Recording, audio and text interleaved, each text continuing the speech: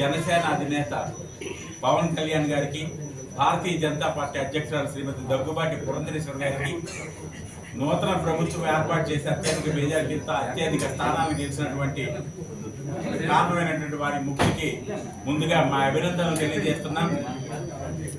Media మిత్రుల ద్వారా తెలుగుదేశం ప్రభుత్వానికి, ఎన్డీఏ ప్రభుత్వానికి మేము తెలియజేస్తున్నది ఏమిటంటే, మేము కాలింగులం రాష్ట్ర వ్యాప్తంగా 14 లక్షల మంది ఉన్నాం. శ్రీకాకుళంలో 7 నియోజకవర్గాల్లోనూ ఒక ఎంపీ స్థానంలో మేము నిర్ణయాత్మకంగా ఉన్నాం.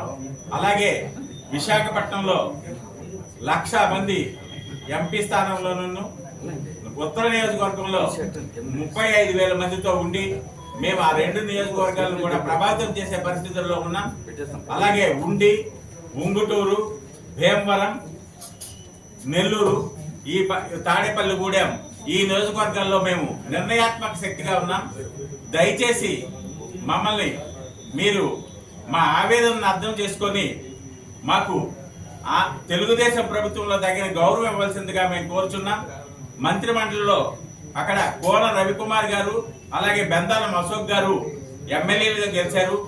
వాళ్ళ అత్యధిక మెజారిటీతో వారి ఇరువురిలో ఎవరికో ఒకరికి మంత్రిమండలిలో స్థానం కల్పించి మా సామాజిక వర్గానికి న్యాయం చేయవలసిందిగా చేతులు జోడించి వేడుకుంటున్నాం చంద్రబాబు నాయుడు గారిని. చంద్రబాబు నాయుడు గారు, ఇది కేవలం మా ఆవేదన మాత్రమే, ఇది మా నిరసన కానీ అసంతృప్తి కానీ కాదు. మీరు దయదలచి మా సామాజిక వర్గానికి న్యాయం చేయవలసిందిగా మాత్రమే వేడుకుంటున్నాం. 1983 నుంచి కూడా ఎన్టీఆర్ దగ్గర నుంచి కూడా మాకు ఒక గౌరవమైన స్థానంలో ఉన్నాం. మేము ఆ గౌరవాన్ని మేము కోరుకుంటున్నాం. అది మంత్రిమండలిలో ఇస్తారు గౌరవం.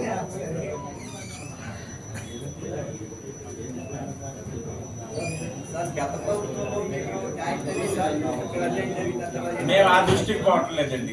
మేము ఆ వివాదాస్పద దృష్టికి పోవట్లేదు. మేము అది అసలు ఏమి ఇది కూడా మా విన్నపం ఒక్కటేనండి. మేము వెన్నంటి ఉన్నాం. ఈసారి తెలుగుదేశం ప్రభుత్వం వెన్నంటి ఉన్నాం. మేము చాలా కష్టపడి పనిచేసాం. అందరం ఉన్న రాష్ట్ర వ్యాప్తంగా కష్టపడి పనిచేసాం. దయచేసి మమ్మల్ని కన్సిడర్ చేయండి మాత్రమే మేము విన్నవిస్తున్నాం.